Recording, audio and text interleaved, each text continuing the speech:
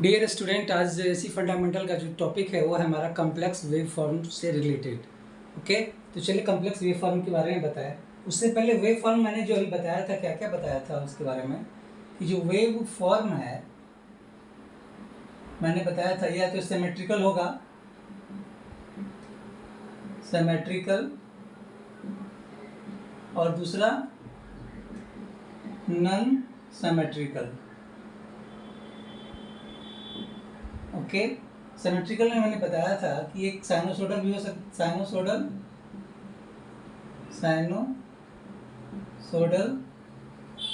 और दूसरा non sinusoidal. Okay, clear ना। जैसे ये आपका जो है ये थीटा या ओमेगा टी, ये करंट है, तो इसको मैंने बताया था, इसका इक्वेशन जो होगा I m साइन थीटा या I m sign omega T.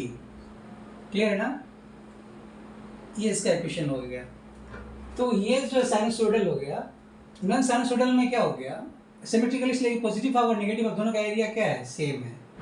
अब इसे स्क्वायर वेव फॉर्म हो गया, मान लो ओमेगा टी है और ये आपका करंट है, स्क्वायर है रेक्टेंगल, ठीक है। ये जीरो, ये पाई, 2 पाई, पाई और ये 2 पाई है ना।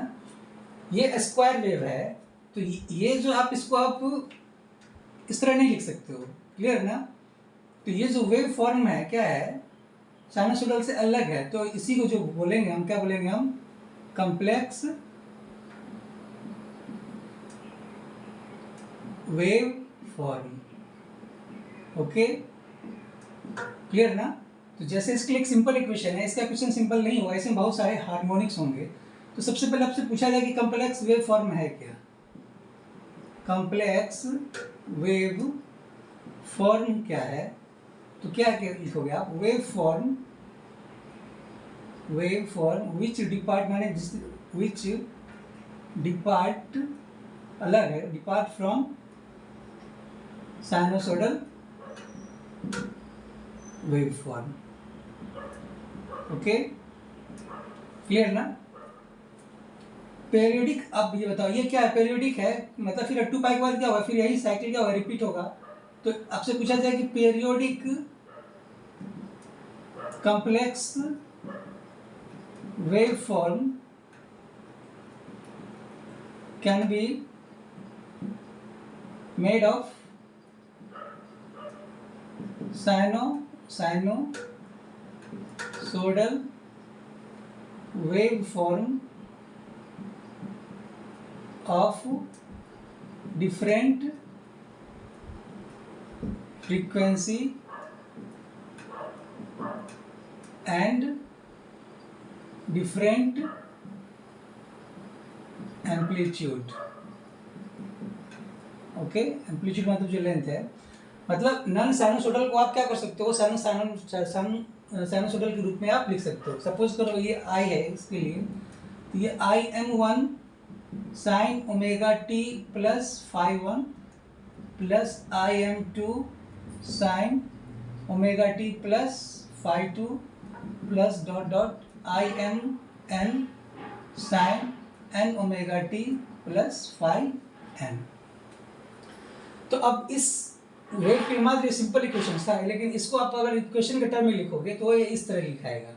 ओके, और इसमें अगर आप डीसी कंपोनेंट ऐड कर देते हो तो ये हो जाएगा I0 plus IM1 sine omega T plus phi1 plus IM2 sine 2 omega T plus phi2 dot dot, ठीक है। यहाँ पे ओमेगा टी है, यहाँ पे ये 2 होगा, ठीक है, और ये n ओमेगा टी। तो ये आप क्या देख रहे हो, ये कि इसका जो ओमेगा है और इसका जो फर्स्ट वाला जो कंपोनेंट है, दोनों का सेम है। तो ये जो IM1 को बोलेंगे क्या, फंडामेंटल फ्रीक्वेंसी। यहाँ पे ओमेगा कितना आ गया, 2 पाई f, ये हो गया फंडामेंटल ओमेगा 1। ओमेगा 2 कितना हो जाएगा, 2 ओमेगा 2 है ना, तो 2 ओमेगा मतलब 2 इंटू 2πf मतलब क्या हो गया 4πf। तो इसको बोलते हैं सेकंड हार्मोनिक। इस फंडामेंटल को हम फर्स्ट हार्मोनिक बोल सकते हो, फर्स्ट हार्मोनिक, इसको सेकंड हार्मोनिक। तो ये जो इस इक्वेशन में आप क्या देख रहे हो, ये जो कॉम्प्लेक्स वेव फॉर्म है या नॉन साइनसोइडल है, इसको आपने साइनसोइडल के टर्म में लिखा है, लेकिन हर एक साइनसोइडल का जो एम्पलीट्यूड है और फ्रीक्वेंसी सब अलग अलग है। तो आप क्या देख रहे हो कि फ्रीक्वेंसी क्या हो रहा है, जैसे फ्रीक्वेंसी क्या हो रहा है, ये बढ़ जा रहा है, और उसी के रिस्पेक्ट में क्या होगा, जो करंट क्या होगा, घटेगा। घटेगा कैसे, तो जैसे करंट इज इक्वल टू क्या होता है, I1 इज इक्वल टू क्या हो गया, Bm1/XL1। तो XL1 इज इक्वल टू क्या होगा, ओमेगा L1 मतलब 2πfL1। ओके, तो I2 is equal to Bm2/XL2 मतलब Bm2/2π। अब F कितना हो जाएगा, 2fL2 मतलब Bm2/4πfL2। तो आप क्या देख रहे हो कि जैसे जैसे फ्रीक्वेंसी बढ़ रहा है, करंट क्या होगा, घटेगा, क्योंकि क्या है, करंट हार्मोनिक्स करंट क्या inversely proportional to harmonics current का इनवर्सली प्रोपोर्शनल टू क्या है, ये फ्रीक्वेंसी है। जैसे जैसे फ्रीक्वेंसी बढ़ेगा, हार्मोनिक्स करंट क्या होगा, घटेगा। क्लियर ना। तो ये आपका ये फंडामेंटल हो गया, ये हो गया या फर्स्ट हार्मोनिक, ये हो गया सेकंड हार्मोनिक, उसी तरह क्या होगा, ये थर्ड हार्मोनिक, फोर्थ हार्मोनिक। तो हर एक हार्मोनिक्स का फ्रीक्वेंसी क्या होगा, बढ़ता जाएगा, और उसका जो एम्पलीट्यूड है उसका वो घटता जाएगा। तो आपने क्या सीखा कि जो भी non sinusoidal periodic non sinusoidal voltage है, जिसको हम कॉम्प्लेक्स वेवफॉर्म बोलते हैं, it is made up of sinusoidal voltage of different amplitude and different frequency. Clear ना। तो आपने ये सीखा कॉम्प्लेक्स वेवफॉर्म के बारे में। चलिए अब मैं बता रहा हूँ आपको कि पावर कितना होगा कॉम्प्लेक्स वेवफॉर्म का। क्लियर। तो सपोज करो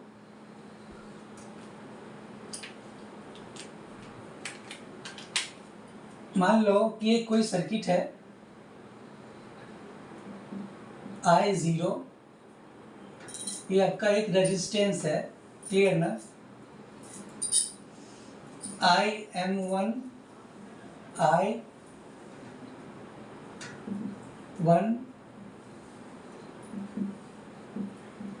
I2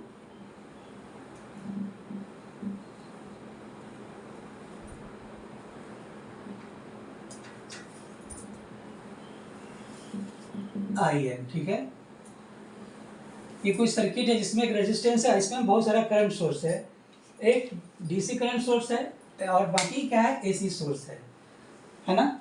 इसका मतलब क्या होगा, आपसे पूछा जाएगा कितना पावर इसमें डिसिपेटेड हुआ। क्लियर। तो अब जानते हो कि मान लो कि for DC component consider DC component. Clear ना।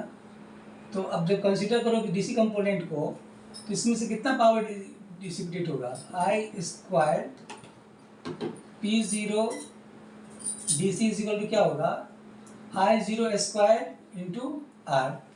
क्लियर ना। ये RMS वैल्यू है। एक चीज़ मैं बताऊँ आपको कि अगर मान लो ये टाइम T है और ये आपका DC करंट है टाइम पीरियड T के लिए, ओके, ये आपका I0 है।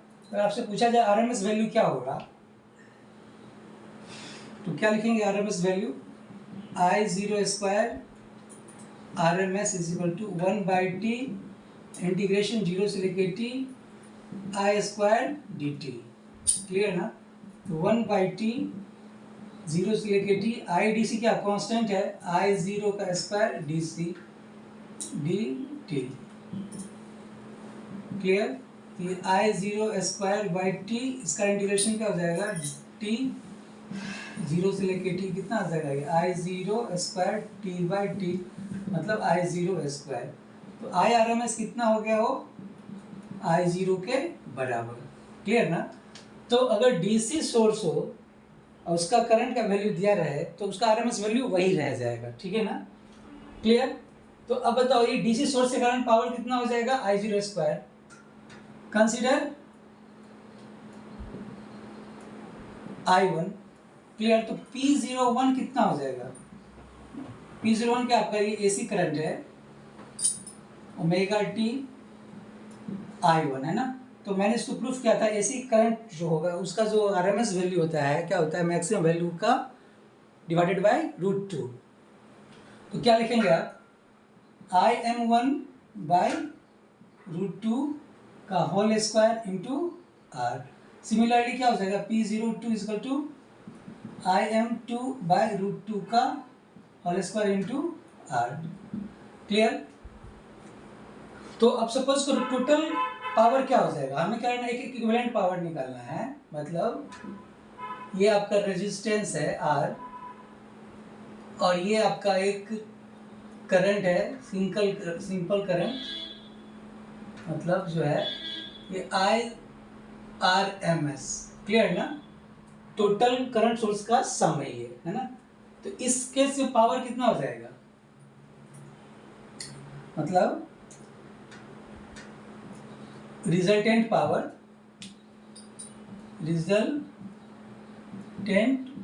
इज इक्वल टू कितना हो जाएगा, ये सब पावर क्या करेंगे हम जोड़ेंगे। तो I zero square R plus I M one by root two का whole square into R plus I M two by root two का whole square into R dot dot. इसका इक्विवेलेंट पावर क्या लिख देंगे हम, I square R M S into R, P equal to I square R होता है।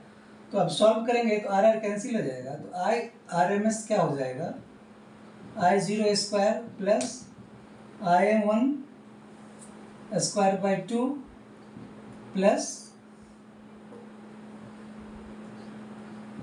Okay plus I M two by root two का whole square. Clear.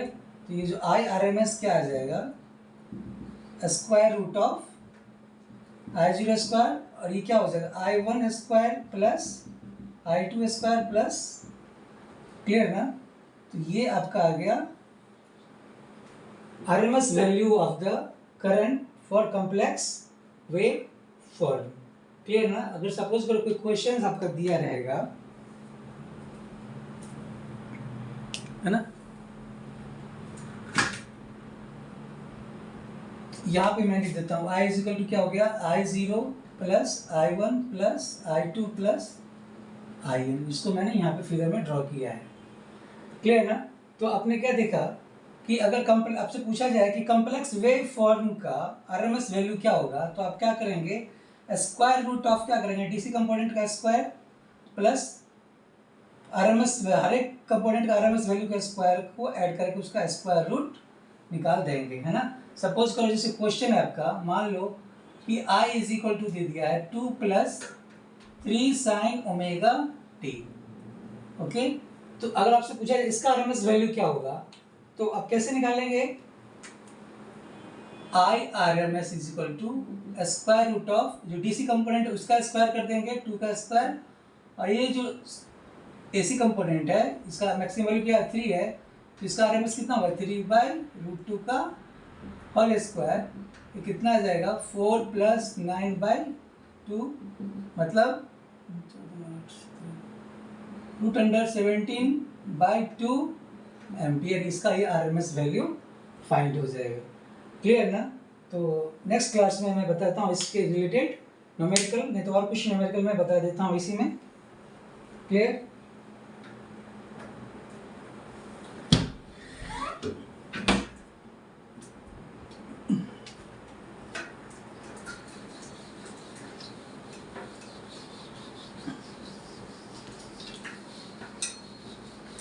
तो आपने जो है क्या सीखा,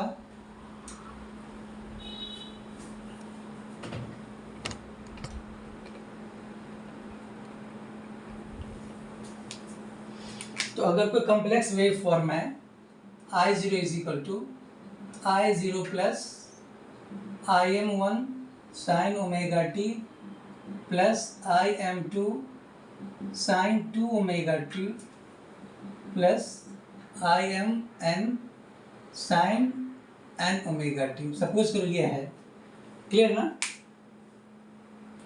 तो अगर आपसे पूछा जाए यहाँ पे एक चीज प्लस फाइव वन, मैं बताता हूँ क्या, आप नेक्स्ट क्लास में बताएंगे फाइव वन के बारे में। I M two sine omega T plus five two plus I M N sine omega T, यहाँ पे टू ओमेगा टी होगा plus N omega T plus five M. इसका आरएमएस वैल्यू कैसे निकालेंगे बताया अभी, I zero is equal to, sorry, I R M S is equal to I zero का square plus I M one by root two का whole square plus I M two by root two का whole square plus I M N by root two का whole square. Clear. इसको आप ऐसे भी लिख सकते हो, I zero square plus I one square plus I two square plus I N square, है ना। आई वन क्या हो गया, R M S value of fundamental component. I one क्या हो गया, R M S value of fundamental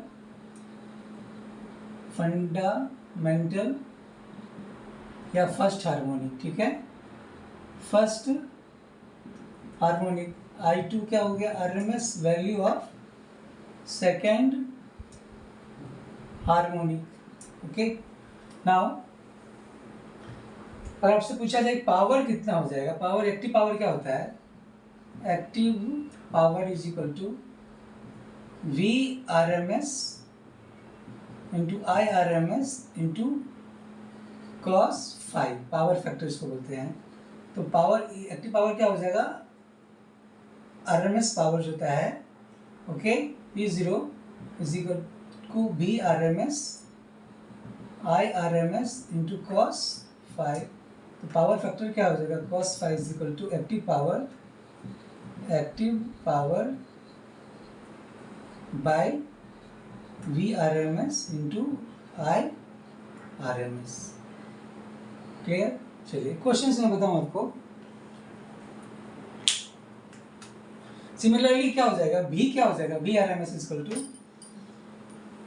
we R M S. मान लो कि अगर सपोज करो ये दिया है आपसे कि ये V zero is equal to दे दिया है वी जीरो डीसी कंपोनेंट का B M one sine omega T plus five one, B M two sine omega T two omega T plus five two plus B M three sine three omega T plus five N. तो इसका R M S value कितना हो जाएगा, V R M S is equal to V zero square plus B M one by root two का whole square, B M two by root two का whole square plus B M N by root two का whole square. ये maximum voltage के term में, नहीं तो इसको आप ऐसे भी लिख सकते हो क्या, V zero square plus V one square plus V two square plus V N square. तो यहाँ पे वी वन क्या हो गया, R M S value of fundamental voltage, V one जो है आपका R M S value of fundamental voltage, okay, या फर्स्ट हार्मोनिक, है ना, फर्स्ट हार्मोनिक। V2 क्या हो गया, R M S value of second harmonics. Clear ना। तो अलग से क्वेश्चन रहा इस तरीके का, मान लो कि सपोज को B equal to 3 plus 5 sine omega t minus 2 cos 3 omega t, इस तरीके का है।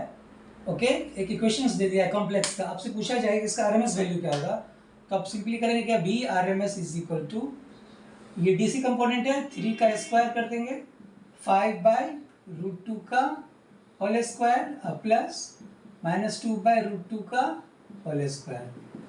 ओके, ये 9 प्लस 5/2 प्लस 4/2 इस बार जाएगा 9 प्लस 5/2 प्लस 2 11 प्लस 5/2 27/2 वोल्ट.